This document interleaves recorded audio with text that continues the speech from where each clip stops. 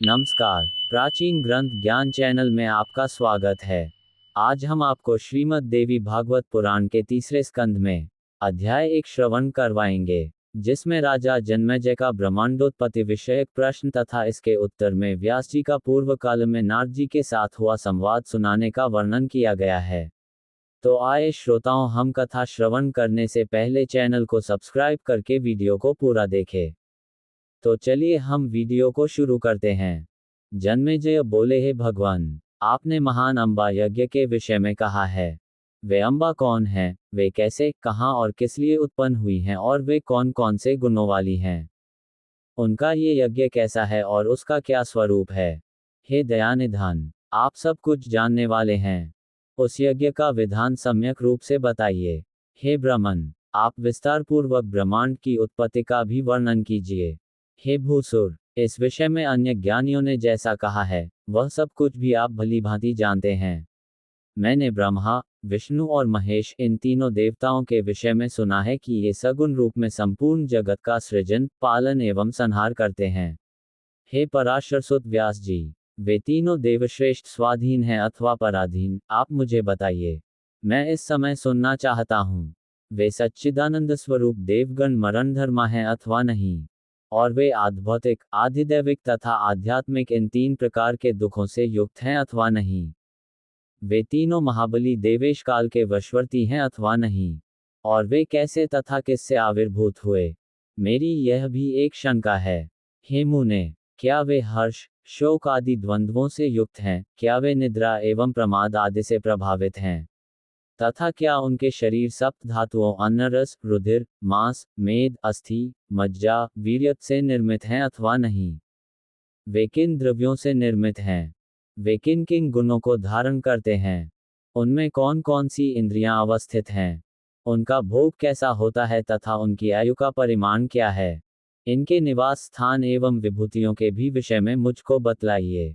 हे ब्रह्मन, इस कथा को विस्तार पूर्वक सुनने की मेरी अभिलाषा है। व्यास जी बोले, हे महामती राजन, ब्रह्मादि देवों की उत्पत्ति किससे हुई? इस समय आपने यह बड़ा दुर्गम प्रश्न किया है। हे राजन, पूर्व में मैंने यही प्रश्न देवर्षि नारद जी से पूछा था। तब विस्मित होकर वे उठ खड़े हुए और उन्होंने जो उत्तर दिया था उसे आप सुने। किसी समय मैंने शांत, सर्ववेता तथा वेद विद्वानों में श्रेष्ठ नारद मुनि को गंगा के किनारे विद्यमान देखा। मुनि को देखकर तथा प्रसन्न होकर मैं उनके चरणों पर गिर पड़ा। तदनंतर उनके द्वारा आज्ञा देने पर मैं उनके पास में ही एक सुंदर आसन पर बैठ गया। कुशल क्षेम की वार्ता सुनकर के सूक्ष्म बालू वाले गंगा तट के निर्जन स्थान पर बैठे हुए ब्रह्मापुत्र देवर्षि नारद से मैंने पूछा, हे महामती मुनिदेव, इस अति विस्तीर्ण ब्रह्मांड का प्रधान कर्ता कौन कहा गया है? उसे आप मुझे सम्यक रूप से बताइए। हे मुनिश्रेष्ठ, इस ब्रह्मांड की उत्पत्ति किससे हुई है? हे विप्रवर, आप मुझे ये भी बताइए कि यह ब्रह्मांड नित्य है अथवा अनित्य?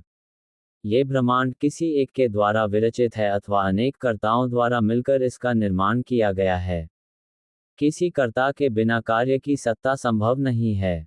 इस विषय में मुझे अत्यंत संदेह हो रहा है। इस प्रकार इस विस्तृत ब्रह्मांड के विषय में विविध कल्पना करते हुए तथा संदेह सागर में डूबते हुए मुझ दुखी का आप उद्धार कीजिए। कुछ लोग सदाशिव, महादेव, प्रलय तथा उत्पत्ति से रहित, आत्माराम, देवेश, त्रिगुणात्मक, निर्मल, हर, संसार से उद्धार करने वाले, नित्य तथा सृष्टि पालन संहार करने वाले भगवान शंकर को ही मूल कारण मानकर उन्हें ही इस ब्रह्मांड का रचयिता कहते हैं। दूसरे लोग श्रीहरि विष्णु को सबका प्रभु, ईश्वर, परमात्मा, अव्यक्त, सर्वशक्ति संपन्न, भोग तथा मोक्ष प्रदाता, शांत, सबका आदि, सर्वतोमुख, व्यापक, समग्र संसार को शरण देने वाला तथा आदि अंत से रहित जानकर उन्हीं का स्तवन करते हैं। अन्य लोग ब्रह्मा जी को सृष्टि का कारण, सर्वज्ञ, सभी प्राणियों का प्रवर्तक, चार मुखों वाला, सुरपति, विष्णु के नाभिकमल से प्रादुर्भूत, सर्वव्यापी, सभी लोकों की रचना करने वाला तथा सत्यलोक में निवास करने वाला बताते हैं।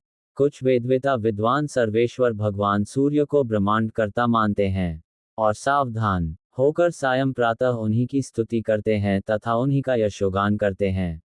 यज्ञ में निष्ठा भाव रखने वाले लोग धन प्रदाता, शतक्रतु, सहस्राक्ष, देवाधिदेव, सबके स्वामी, बलशाली, यज्ञाधीश, सुरपति, त्रिलोकेश, यज्ञों का भोग करने वाले, सोमपान करने वाले तथा सोमपाई लोगों के प्रिय शचीपति इंद्र को सर्वश्रेष्ठ मानकर यज्ञों में उन्हीं का यजन करते हैं।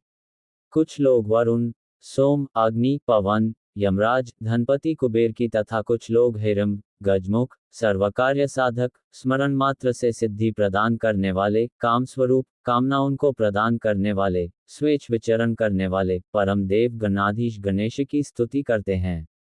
कुछ आचार्य भवानी को ही सब कुछ देने वाली, आदिमाया, महाशक्ति तथा पुरुषानुगामिनी पराप्रकृति कहते हैं। वे उनको ब्रह्मस्वरूपा, सृजन पालन संहार करने वाली, सभी प्राणियों एवं देवताओं की जननी, आदि अंतर्हित, पूर्णा, सभी जीवों में व्याप्त, सभी लोकों की स्वामिनी, निर्गुणा, सगुणा तथा कल्याण स्वरूपा मानते हैं। फल की आकांक्षा रखने वाले उन भवानी का वैष्णवी, शांकरी, ब्राह्मी, वासवी, वारुणी, वाराही, नारसिंही, महालक्ष्मी, विचित्ररूपा, वेदमाता, एकेश्वरी, विद्यास्वरूपा, संसार रूपी वृक्ष की स्थिरता की कारण रूपा, सभी कष्टों का नाश करने वाली और स्मरण करते ही सभी कामनाओं को पूर्ण करने वाली, मुक्ति चाहने वालों के लिए मोक्षदायिनी, फल की अभिलाषा रखने वालों के लिए कामप्रदायिनी, त्रिगुणातीत स्वरूपा, गुणों का विस्तार करने वाली, निर्गुणा सगुणा रूप में ध्यान करते हैं।